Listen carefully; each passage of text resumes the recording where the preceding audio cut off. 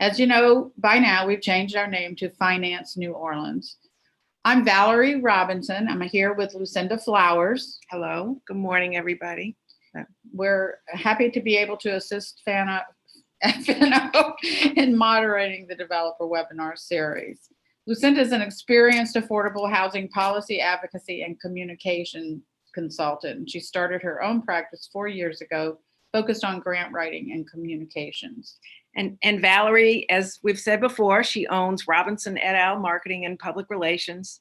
She's owned it for more than 20 years, and her company offers a full range of communication services to clients in the private, nonprofit, and public sectors. And as you know, as we introduce each session, as you know, this is a series of Finance New Orleans webinars that are really designed to inform the development community in New Orleans and folks who are with larger and smaller organizations, newer and more experienced organizations. And we do this as Finance New Orleans really moves toward a more sustainably focused direction in its programs. And we do want to make sure that everybody knows that Finance New Orleans is there as a resource for the development community and really wants to work with a range of folks on a range of projects to really try to do everything to meet our partners where they are. So today's session is an overview of the current City Planning Commission study that proposes approaches in the CZO to affordable development in New Orleans based on the master plan. And the CZO, the comprehensive zoning ordinance. Sorry. Yeah. And we do want to leave time for you to make comments at the end. So we'll you can anytime during the session, you can put your questions in chat and we'll get to them at the end. We do like to keep this to 1 hour. And sometimes we get finished a few minutes early, but we try not to go over. So I'm going to turn it over to Lucinda to introduce our speaker. Okay, and good morning. I want to introduce our speaker, Kelly Butler, who probably many of you know. Kelly, we're pleased to have Kelly join us today. She is a principal planner with the New Orleans City Planning Commission, and she is focused on housing and community development planning for the commission. She's been with the Planning Commission since 2014, and before that was on the staff of Councilmember Guidry, and when she was the council member for District A. And Kelly, for the purposes of today's talk, she is the team lead on the housing opportunity study that we're going to talk about today. And she also played an instrumental role in establishing the city's inclusionary zoning policy. She holds a master in urban and regional planning and recently earned a certificate in community development finance from UNO. And in 2009, received the Fritz Wagner Award for Community Service at the UNO Planning School. And what we're going to do today, as we've done, is Kelly's going to make a presentation, and we're going to follow that with some discussion among Valerie and Kelly and myself, and then we're going to open it up to the questions that folks hopefully will type into chat. Please feel free to type them in as we are as the presentation is moving forward, as it's going along, and we will get to them at the end. So first of all, good morning, Kelly, and thank you again for being here. Good morning. Good morning. And we thought that before we kind of dive into the PowerPoint, and you'll probably touch on this, but it would be great for a second to kind of lay some context here. Sort of set the stage for this study that we're talking about today, the Housing Opportunities Study, kind of how and why it came about and why it's important information for the development community here in New Orleans. Sure. Well, thank you. And I just want to say thank you so much for letting me come to talk about this study. We've been working at it for some time, probably going on 1.5 years now. We initially received a letter from the mayor asking us to complete this study. This was done following having gone through years of talking about inclusionary zoning and how we can increase housing in the city of New Orleans, but mostly how can we remove some of the barriers that are in the CZO. And so many of you know, I'm quite certain about the role of City Planning Commission, but you know that we are a regulatory agency, that we are, you know, a department of planners who have various expertise and experience. And we staff the City Planning Commission, who is a recommending body to the City Council. However, in the city charter, there is the ability for the mayor to directly request City Planning Commission to conduct a study. And so the impetus for that was, like I said, having gone through the inclusionary zoning discussion, which really spanned 2 administrations. It started in 2015. And after that, looking at how can we do more things within the CZO to increase and remove some of the regulatory barriers for development of affordable housing. Okay, and before we jump into your presentation, just a quick overview of, I mean, I know that the City Planning Commission, like you said, we've done inclusionary zoning studies, you've done other reports, you have a master plan. Is there any, you know, can you kind of talk about how those kind of interrelate with each other, or just, you know, so folks don't think of them as discrete, different pieces? Sure. And I think anyone who attends a city council meeting or a city planning commission meeting quickly learns that housing becomes a conversation in basically everything that we do. It's fundamental. It's obviously something that we all have a personal stake in, where we live, where housing is located, which neighborhoods. So our studies all seem to touch on, you know, whether it's transportation, whether it's environmental justice, everything kind of spans this, the study of this. This one has been particularly important in that it's also a study that is not, doesn't live in a silo in the CZO. Here at FNO, you know, FNO is a finance authority that provides financing for people to become homeowners or to build housing for developers.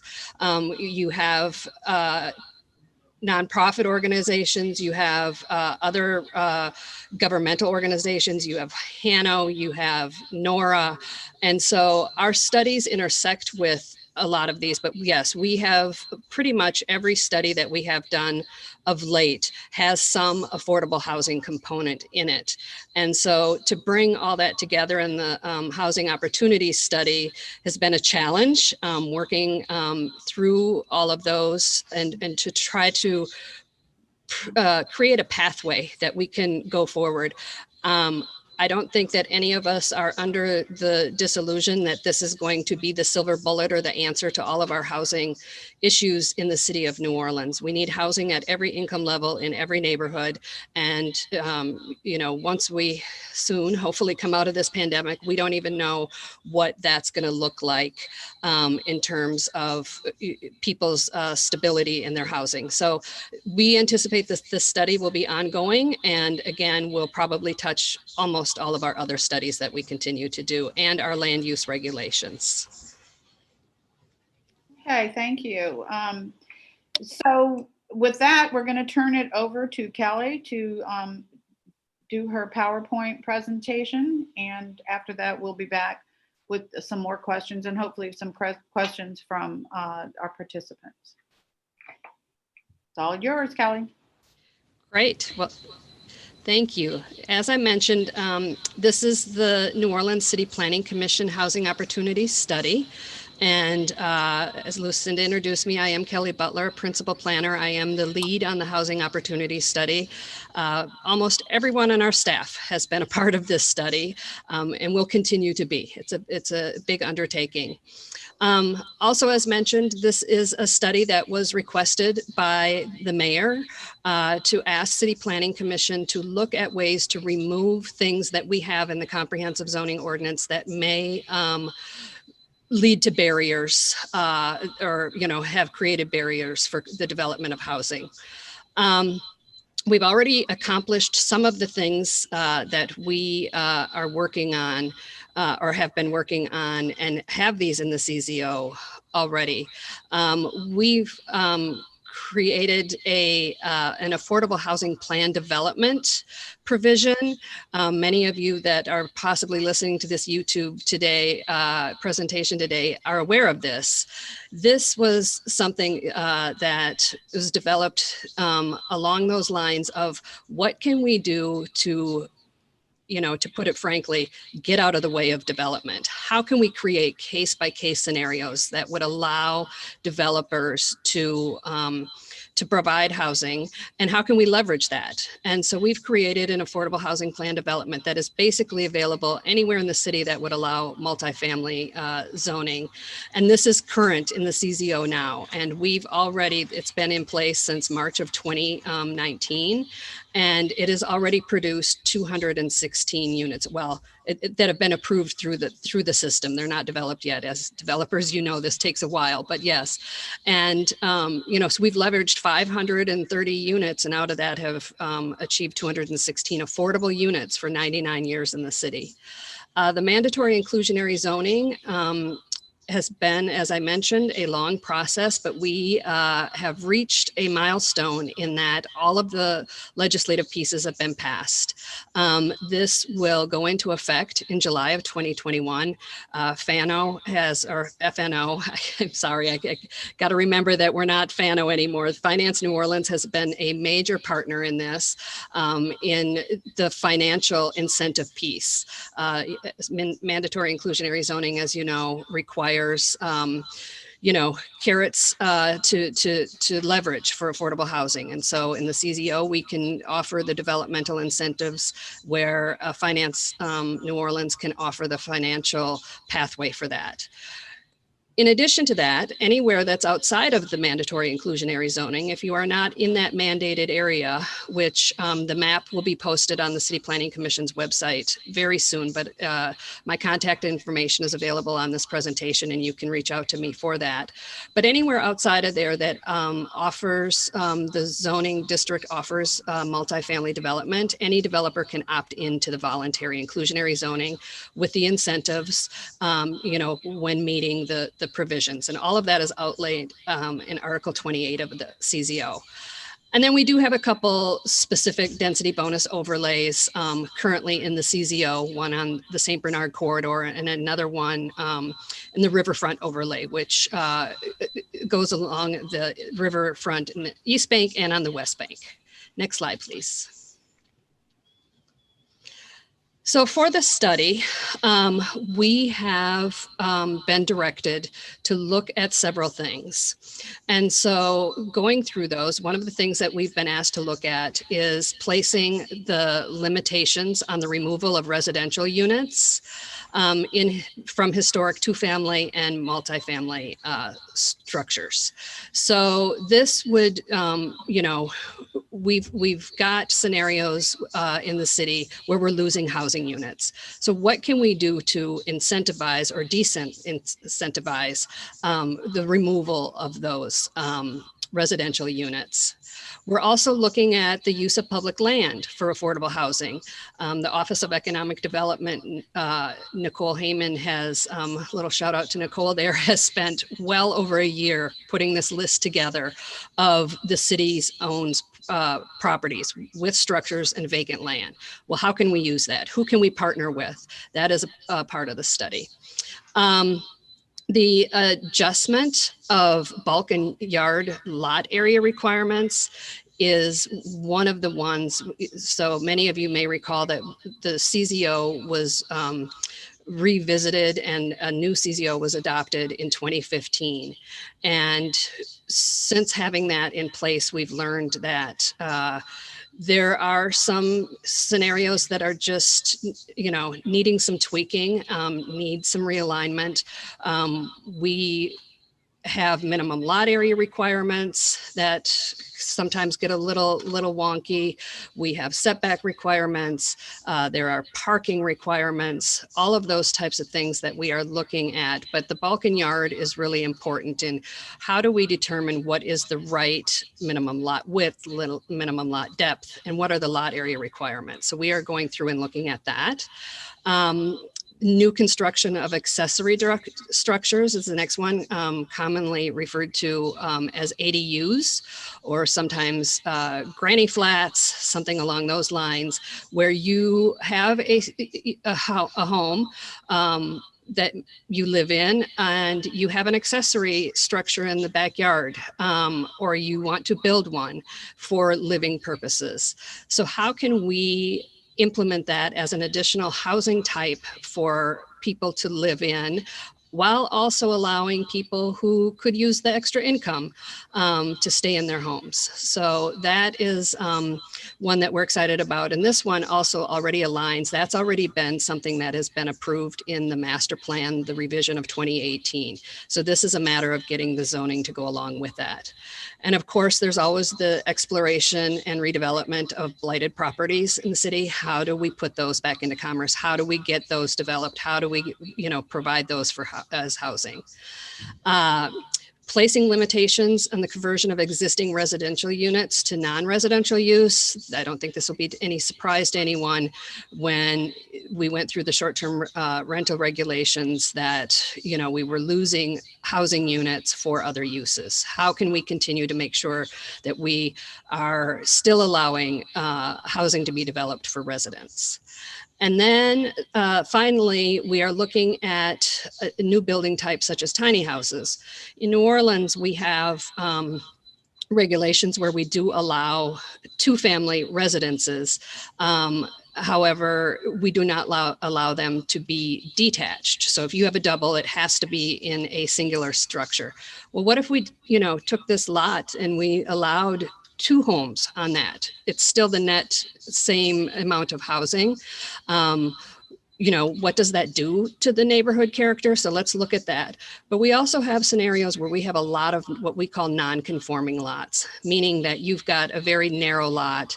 We all love New Orleans and its uniqueness, but we have lots that are extremely narrow or, trapezoidal shaped, some kind of thing. So really can't meet the zoning regulations, but how can we go ahead and allow a housing type that maybe isn't something we've seen to be placed in those on those lots?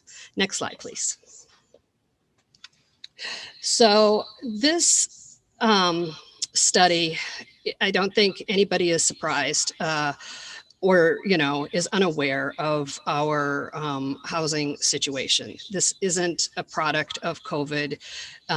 This isn't, something that's new. New Orleans has been struggling for some time with being able to provide affordable housing to its residents.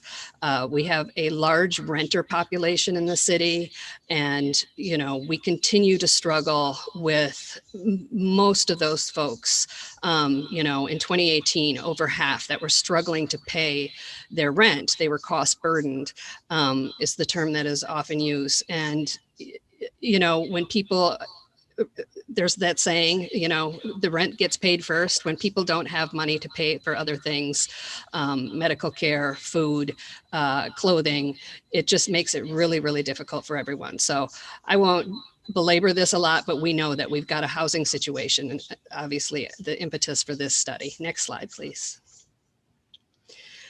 So New Orleans, a lot of folks talk about, we hesitate to use the word density. We call it the D word sometimes.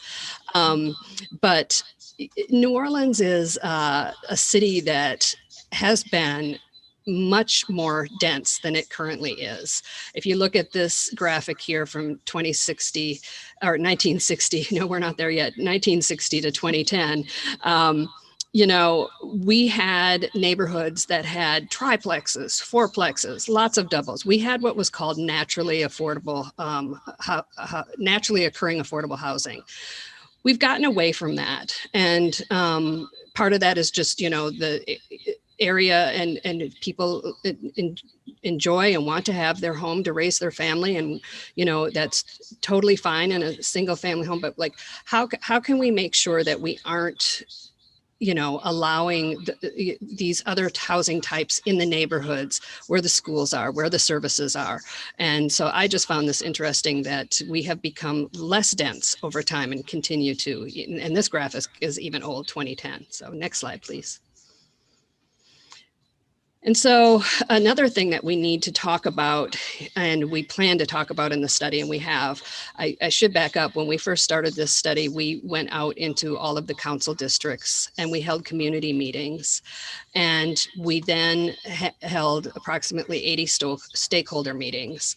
And one thing that we really want to, you know, the national conversation has gotten interesting around housing and how we have been exclusionary on a national level. Of course, New Orleans has had its issues as well. And our own city planning commission has done things that have led to, you know, things, segregated neighborhoods. We've allowed racist deed covenants in our neighborhoods. This has a legacy that has carried on, and we need to talk about that because some of the neighborhoods that we still have zoned in certain ways is part of this legacy. So we want to be realistic in understanding how it became that way, where we are, and how we can move forward in making sure that we are providing equity in all of our neighborhoods. Next slide, please. And so we have designed the study with some guiding principles. Obviously, we want to have safe and affordable housing and accessible housing for every citizen. We do believe that housing is a basic necessity. It's a human right for people to be able to live safely in a home.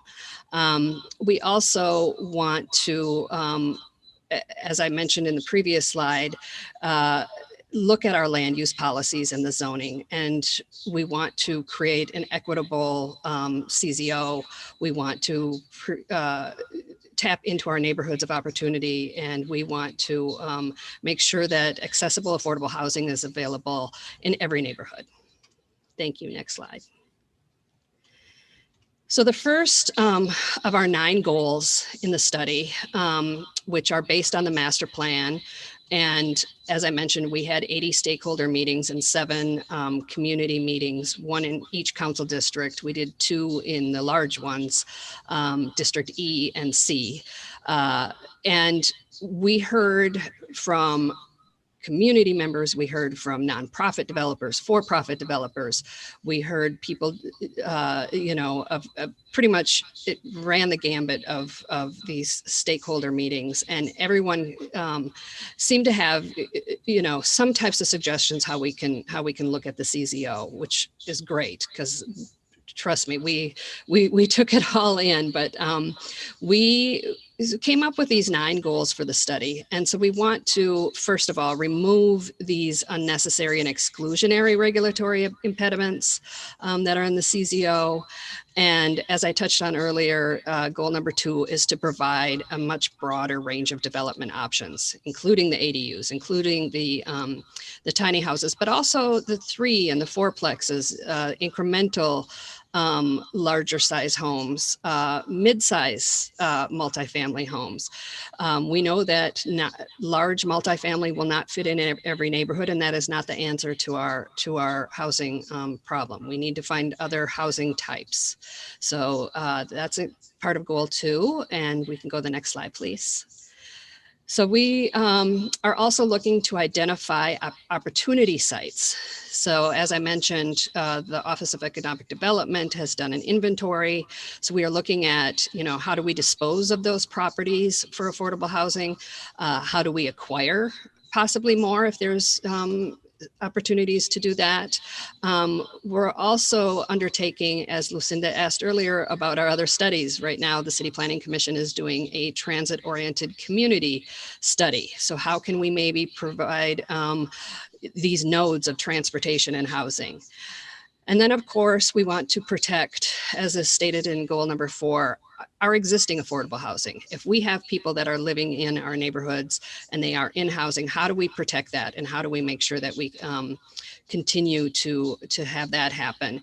And looking at, some things that really aren't pervasive around New Orleans, such as community land trust. There are some great folks working on this, but we could maybe be looking at more of that. Next slide, please. So these are the goals 5 through 9 to wrap up the study. And I want to make sure that we have lots of time for conversation, but many of these goals here are about streamlining our processes. And how do we make sure that when we are working with these other agencies, or when somebody comes through city planning, that we are also working to make sure that, this is handed off to permitting in an efficient way. We want to improve the interagency coordination for that. So what are some of those things that we can improve on? And we've heard lots of comments on that. And goal 7 for us is about establishing more incentives. As I mentioned at the beginning of the presentation, we've already incorporated some, but we need to look at possibly doing more of that. And how can we do that for, most of our incentives currently are not, or 10 and above. How can we do this in a smaller scale? What incentives can we offer the mom and pops, or the smaller developments of 4 units? We want to make sure that we are being inclusive and respectful of our neighborhood. So we want to have design solutions where this housing fits into our fabric in our neighborhoods. And then lastly, our last one is expanding the community engagement efforts. Housing, if anyone has attended a public meeting, is an emotional subject for many people. And in the days of social media, things can be misinterpreted, take on a life of its own. And so we want to make sure that we are looking at ways to create more opportunities for people to have their input, but to be quite frankly, to not limit it to only people who are against housing going in certain neighborhoods. We want to make sure that we are listening to people that aren't often at the table, and provide those opportunities to make sure that when it does come to the public process, that we haven't discouraged people from their input. Next slide. So that's the end of the presentation about the whole housing study. I know that was a quick, brief overview. We could go on for a long time about it, but we want to share that we are working on the study. We've continued to work on the study. Lots of folks are wondering, when will we have this done? We are working hopefully to get this done in the next few months. We've had some hiccups, as we all know. We started the study just prior to the cyber attack, and now having a pandemic. But as I also mentioned, this is a study that will continue to be something that will be worked on for a long time, in the sense that housing isn't going to just be fixed. This is something that we will continue to have discussions about, but we will have our recommendations here soon. The process for that is, as I mentioned, we are a recommending body to the City Planning Commission, who will then make their recommendation to forward the study onto the City Council and to the mayor. After that, there would have to be a legislative process for any of the things from the study that they wanted to incorporate into the CZO. Next and last slide. This is from my presentation, last slide, I should say. Contact information about how you can let us know if you have thoughts.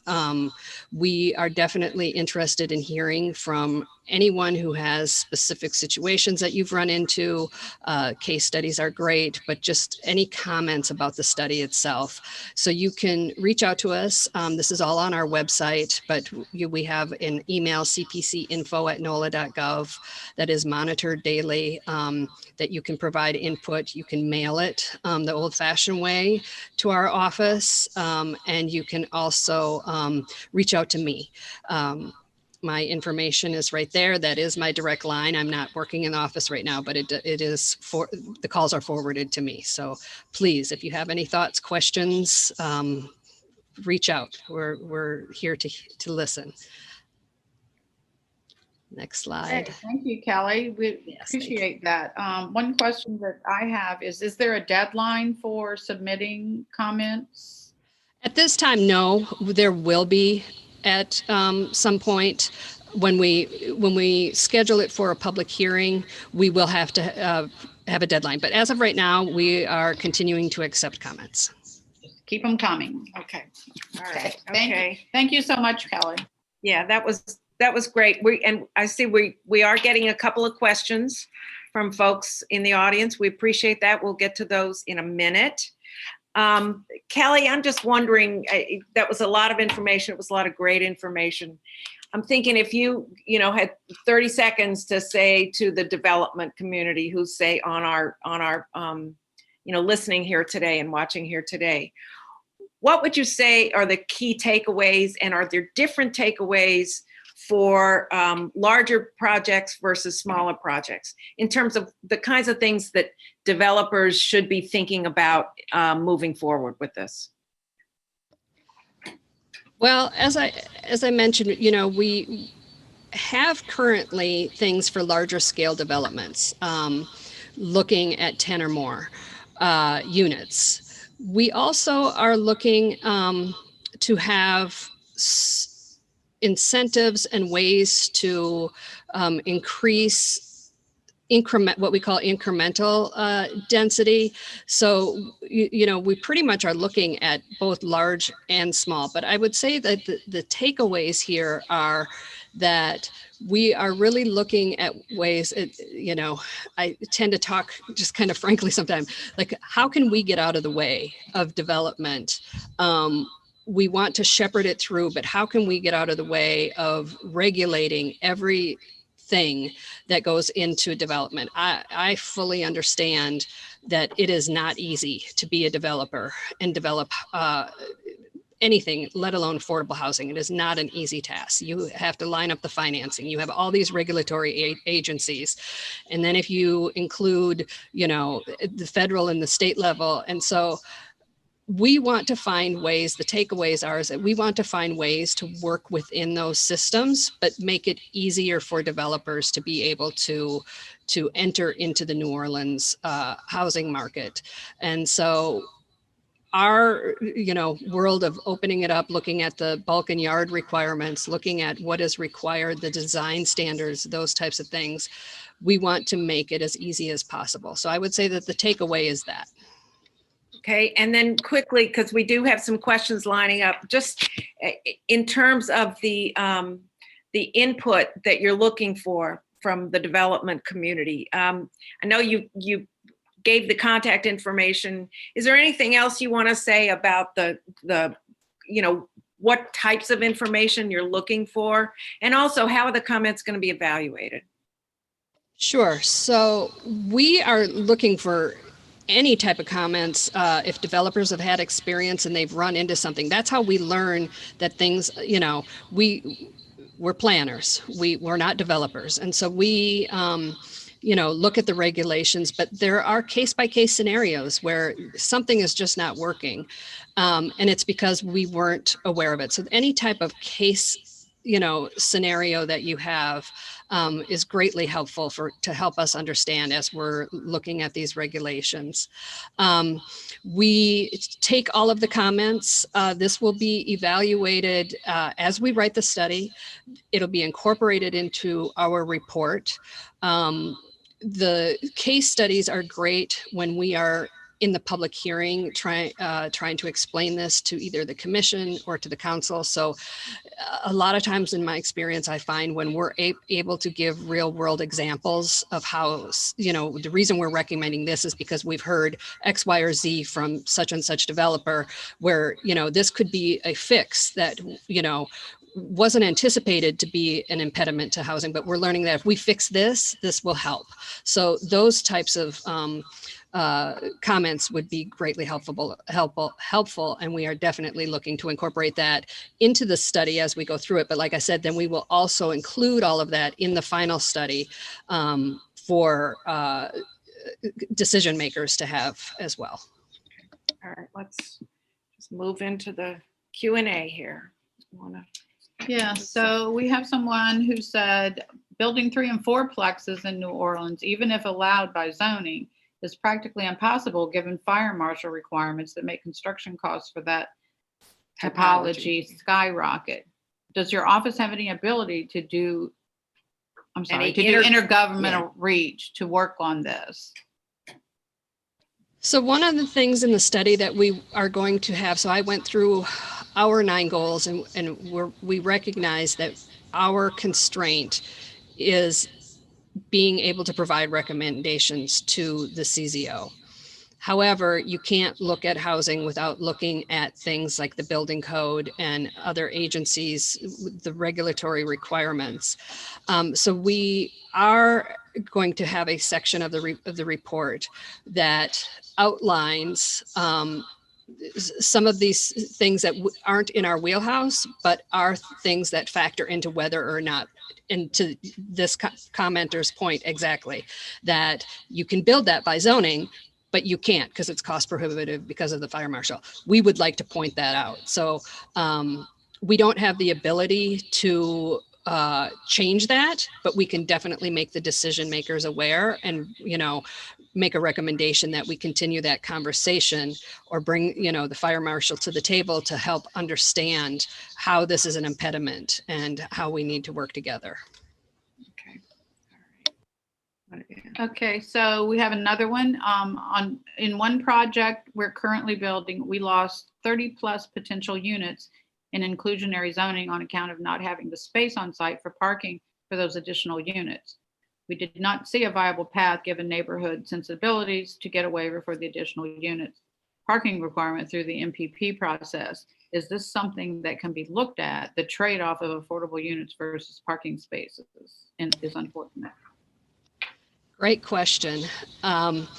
So the things that we have currently in the CZO drastically reduce the parking requirements, but there is going to be, as a major part of this study, as looking at the barriers, we have conversations where what are we prioritizing here, parking, or are we prioritizing housing for residents? And so trying to find that balance of making that trade-off is exactly where we need to go, but we also need to ensure that there are transit options. Housing does not live in its own bubble. It intersects with other systems. And so we are also undergoing this transit-oriented community study, and we're working hand in hand on that. So we are hoping to reevaluate the parking requirements. Like I said, inclusionary zoning has a provision in it right now to reduce the parking requirement. The Affordable Housing Plan Development allows up to a 50% reduction, but we intend to continue to keep working on that, which requires a lot of public discussion. People love their parking. And close to their door. So it's going to be a hard conversation, but we will continue to look at it from the planning professional perspective of how we can reduce the requirements. All right. Okay, and one more, actually a couple more. The next one is, can you speak more to ADUs and whether the experience of places like California is encouraging CPC to issue in this study a recommendation of a comprehensive ADU provision in the zoning code citywide? So we are looking to look at ADUs. Right now, they are allowed. Well, how it's defined right now in the CZO is that you can have in some districts what we call two principal buildings, which means that you can have two residential structures on a lot. This is confined to areas in the Marigny. There's a couple other places, but in order to do that, you have to meet all of the setback requirements. So what that requires then is that you have to have a very large lot.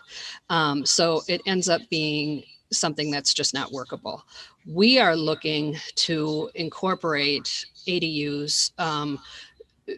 In most residential districts, I'm hesitant to say the exact recommendations yet because we're not there yet on finalizing those, but we are definitely looking to incorporate ADUs throughout the city. If you have a principal house and you want to add an ADU, like I mentioned in the presentation, for additional income or housing for a family member, we do want to look at, things like there should be size restrictions on it. There should be, obviously it has to meet all of the life safety requirements, things like that. It shouldn't be taller than the house. So there's certain design standards, but yes, we are definitely looking to incorporate that throughout the city. Great. Okay. All right. In our recommendations, I should put a caveat on there. So those would be our recommendations in the study. This will have to go through a public process as to whether or not that should actually be finalized. All right, and we have another that says, Kelly said a property zoned R2 can't have two detached family structures. Is that correct? That is correct. We allow two family districts. Let me be more clear. So in a two family district that allows two family residences, you cannot have those units separate. So you can't have two smaller units on that one lot. They have to be attached. Now, there are some multifamily districts that you can have more than one structure separated, but in the two family districts, they do need to be attached currently. Okay, do you want to? Sure. Okay. Kelly, thank you for your presentation. As you know, we have assisted our clients through this is from Ron Laso, through the AHPD, which accounts for all of the units you identified. We represent 5 of the larger affordable housing developers, but we also represent the smaller affordable housing developers. We can't say enough about Goal 7, providing incentives for those developing 9 units or less. We have clients that have decided not to develop affordable units because the numbers do not work. What is Finance New Orleans doing or planning to do to provide financial incentives to the development of 9 units or less? And when can we see something about that? And that's really not a question for you. And, Kelly, we talked a little bit about that yesterday, that FNO is working on a program for less than 10 units. They don't really have anything in place at this point in time, but they are working to develop a program for that because a lot of the developers do want to have the smaller developments. And also just, it's important to note that all of these organizations are talking to each other, that there's an ongoing dialogue. Right. Yeah. Right. And that's what happened with, talking with FNO regarding the inclusionary and the affordable housing plan development. And we came up to how we could marry those developmental incentives along with the financing, the financial incentives. And that's what, we need to continue to do and continue that work. Okay. And we just have another thanks to your openness on this issue, on these issues, Ms. Butler. Someone says, I look forward to seeing the final product, appreciate your work, and thank you to Finance New Orleans to set up these sessions. Well, I know that Finance New Orleans is glad to do it, and it seems like that's kind of a nice note to wrap everything up here. 2020, yeah. We're glad that that these conversations are helping folks, and just to let you know, we will be continuing them in 2021. This is a series, and it lives on the Finance New Orleans YouTube channel, so folks can go back and see it. But this is very much an ongoing conversation in New Orleans, and we plan to continue it in 2021. And Kelly, do you have any final things you want to say, or do we want to just kind of wrap this up? Well, I just really appreciate the opportunity to come and share this. Living in a pandemic, it's not always easy to be able to share what we're working on, but I appreciate being able to share what we are working on, and we'll hopefully have something to present to the developers soon. So thank you for having me. I really appreciate it.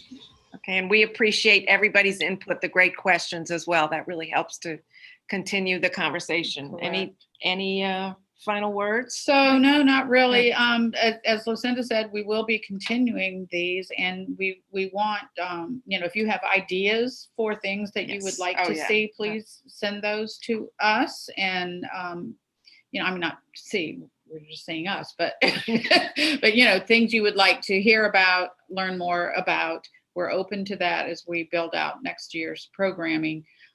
So stay tuned. And in the meantime, happy holidays, and everybody stay safe. Yes, indeed.